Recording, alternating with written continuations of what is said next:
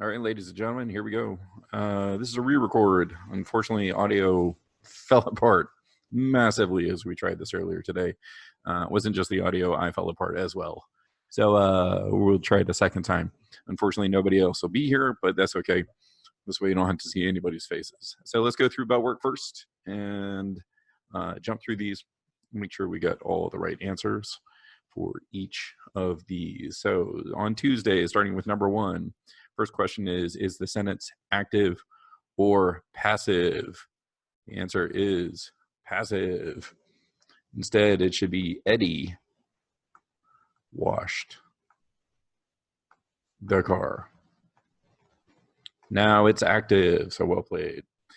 Which one of these words is misspelled? Is that one? D-I-S-C, oh boy, here we go. D-I-S-C-R-E-P-A-N-C-Y, discrepancy. Use the meanings of the root and affix to define the word, and then provide a dictionary definition. All right, you guys have Google, you can do that part on your own, but the part that we do have here is cognition, so to know and act. So cognition, so cognate, so know.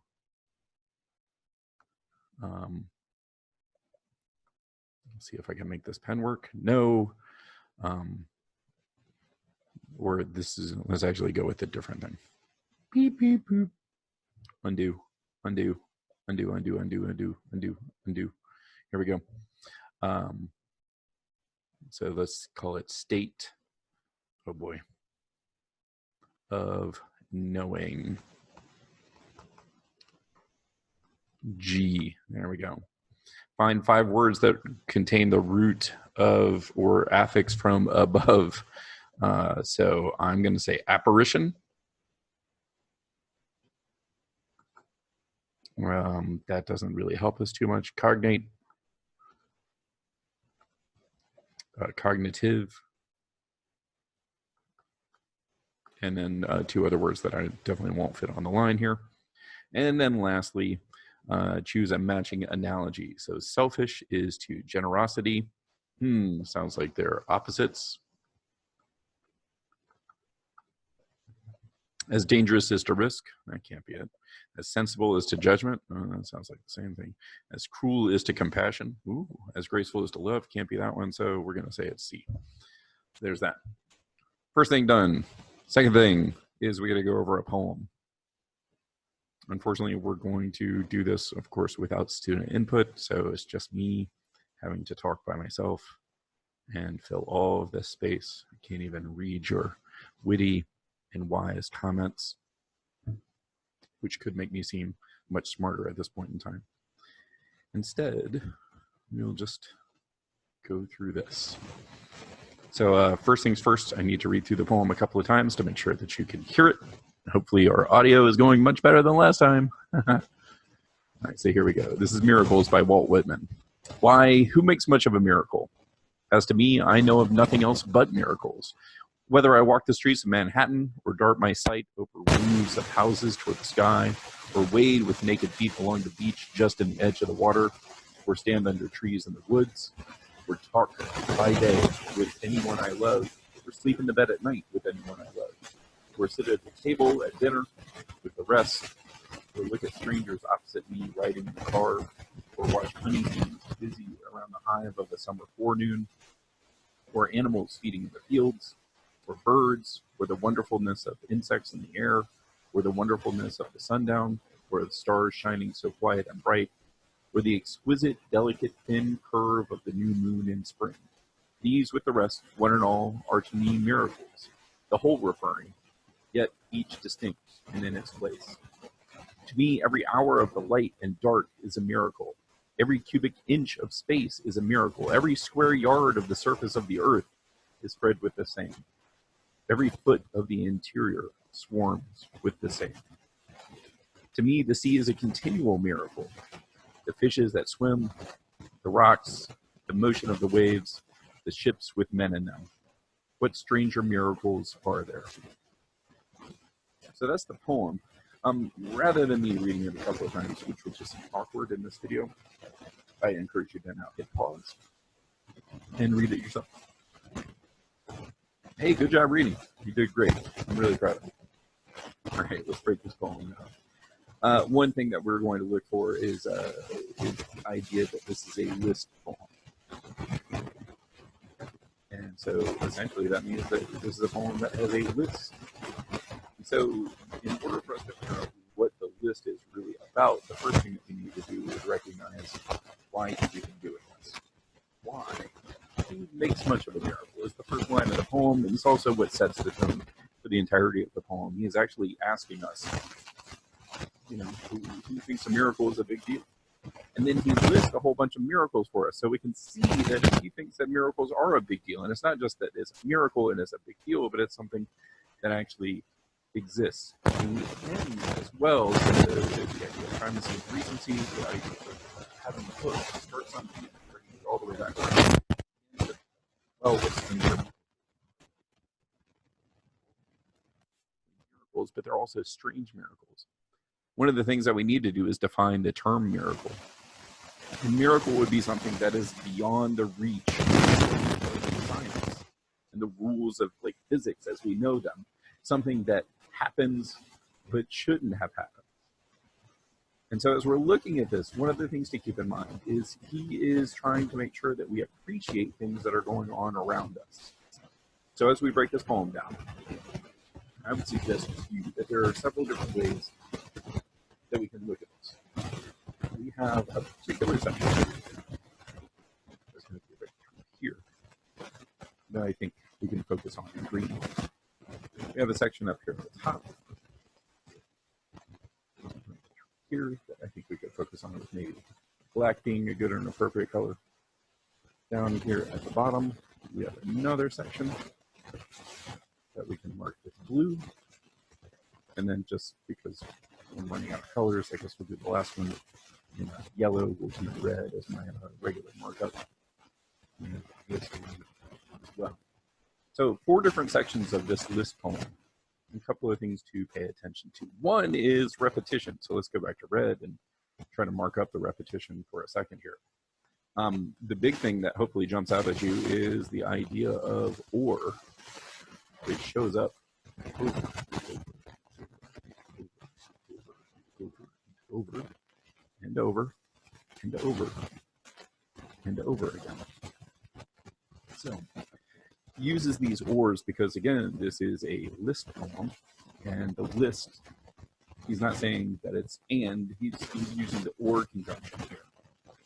And so any of these singularly can be a miracle. But at the same time, he does have these couple of lines down here at the very end of this first stanza. These with the rest, one and all, are to me miracles. So these with the rest is everything else that's still to come. The whole referring, yet each distinct and in its own place. So he's saying that all of this together is a miracle. Oh boy, it's right here. R-A-C-L-E. Saying that all of this is a miracle, but then even within this, we have all of these individual miracles that he's gone through and listed individually, one after another for us. So there are lots of different things that he wants us to take away from this particular poem. All right, this bonus content that you did not get earlier. Glad to do that. So you have lots to deal with. Also a reason for you to actually pay attention to what we're doing this time through. That line, let's get into all of this. Okay. So we have this list poem that is taking place here. But then beyond the list poem, we want to pay attention to what these different things are that he is trying to get us to focus on. And so the first grouping that we have in the first half of the first stanza is talking about things, about walking the streets of Manhattan is one of the things that he is going to talk about here. So he's mentioning this.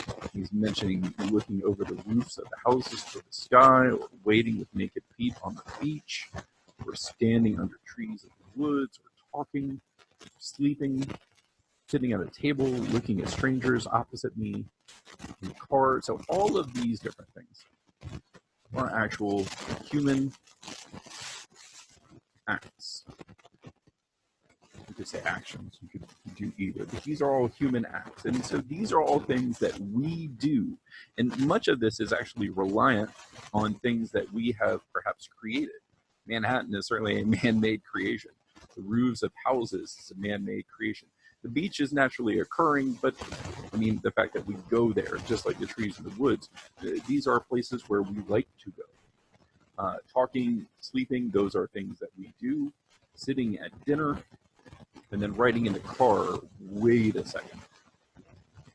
So, Whitman is a transcendentalist. There we go. I got it that time. He's a transcendentalist, which means he lived around the time of the Civil War. And so the idea of the car is not one that existed at the time of the Civil War. This is a contemporary of Lincoln's. "Oh, Captain, My Captain" is another one of the poems that he has written that hopefully you've seen or heard at some point in time. So when he says car, he's not talking about a car, but instead he could be talking about a carriage, but I think it's certainly much more likely that he is talking about a train and people sitting opposite one another, sitting on a train. So all of this at the beginning is just talking about the human acts. So let's move on and see the second part. Transcendentalism would require that you're actually talking about nature. And here we go. Now, he does start us off here with the idea of watching, which is very much in line with walking, darting his sight, waiting, standing, talking, sitting, looking, sleeping, all of these different things that he's already mentioned to us. However, then as soon as he finishes that, then we start to focus on actual elements of nature. So honeybees are busy around the hive of a summer forenoon. So that's a summer morning, forenoon, before noon. Animals feeding in the fields, birds, insects in the air. He uses the word wonderfulness here and then uses it again right here. That's an intentional choice for sure.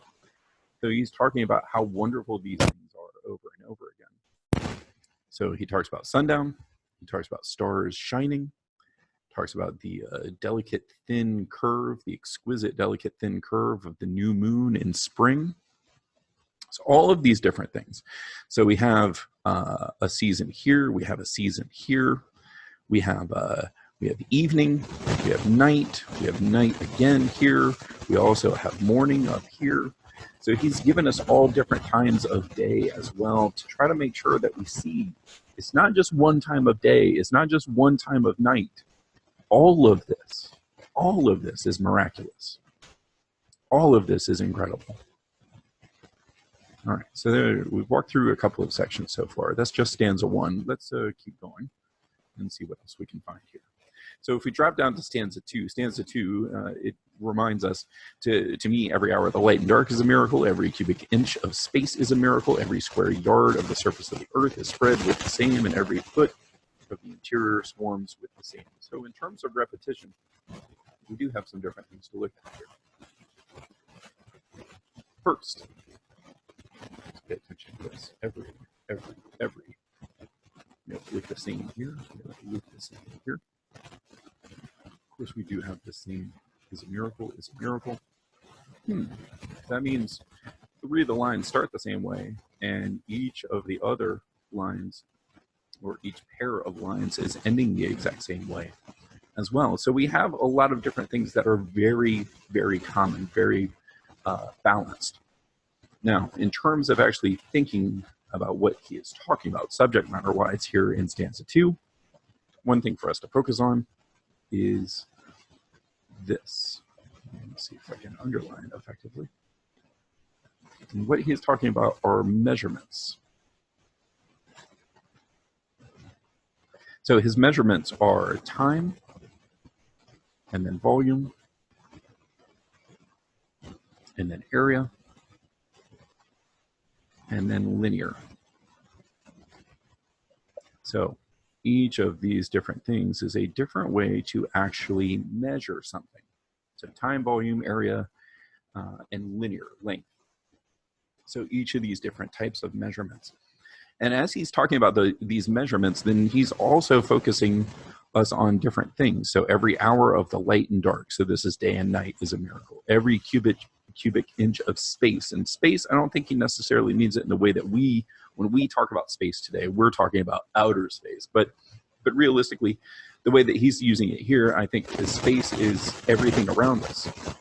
Every square yard of the surface of the earth is spread with the same. So when he's talking about the area, he's talking about the area, the entire area of the earth, and then every foot of the interior. So the inside of the earth, the fact that we have volcanoes and tectonic plates and earthquakes and a core and an inner core and an outer core and a mantle. Look at me with all my science knowledge. Or maybe I looked this up. I'm not sure. I'm not really sure. All right, but there's stanza 2. Again, a whole bunch of different miracles that he mentions for us.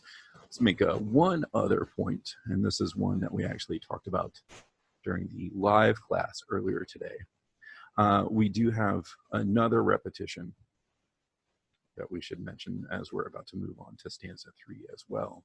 And that is the idea of to me, to me, to me. And in fact, there's another one that's hidden right in there. So let's go on to this third stanza and walk through what he's talking about here. The last thing that he's talking about is pretty simple and straightforward. He tells us in the first line, he's talking about the sea. And so the sea is something that is somewhat mysterious, at least 120, 130 years ago. It's a continual miracle. Continual miracle, I think it's probably a reference back to waves, because you have that continual motion, which he actually references in the following line, as well as a continual miracle. The fishes that swim, the rocks, the motion of the waves, and the ships with the men in them. So the fact that he even mentions one of these things that is also kind of a human act that we've already talked about in the most part back at the very beginning of stanza 1, the fact that he brings this back around seems to me like maybe there's a balance here from start to finish to make sure that all of this poem comes back together. And maybe this is a focus on his part, just to say, well, it's just so strange that, we get out there on this giant stretch of blue water and sail across it or motor across it. So there may be an appreciation there of just the craziness of trying to travel from continent to continent, at least at that point in time. Again, 120 years ago, it's not abnormal to still be crossing the entirety of the ocean, but at the same time, it's probably not an everyday occurrence. And certainly there's no airplanes that are getting people back and forth, and there's no cars that everybody is able to kind of tool around in however they want to. So this idea of transportation that he marks up here is perhaps at least just a reflection of the time. All right, so this is Miracles by Walt Whitman. Lots here to take a look at. Speaking of take a look at, there's the poem again. Actually, now you can actually read it. This particular poem, the big things that I want you to take away from are the ideas of how he uses repetition. As you are working on writing your own poem, another thing that you can be focused on is not just repetition, but you can also spend time trying to focus on maybe making a list as a way to try to create the poem that's about you. I mean, as we're working on a poem assignment that is, tell something about yourself, explain something about yourself, one way that might be easy to identify who you are is to actually talk about yourself. And one way to accomplish that might be to just list different things, one after another after another. Structurally, you can see how he talks about things in direct but also somewhat indirect terms. On the first pass through, you may not see that these are all measures. Well, or at least attempt to write that they are measures. But once you actually think it through, you can see that each of these is a particular unit of measure that he is talking about. So being able to create something that's thematic, through this section, through this section, through this section, and then also in this very final section.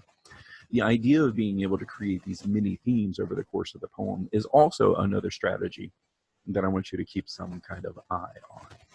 So lots of different things to keep in mind here, not to mention the idea, again, of primacy and recency and being able to have that kind of closed loop from the beginning to the end, how he brings that back around. All right, so there's that.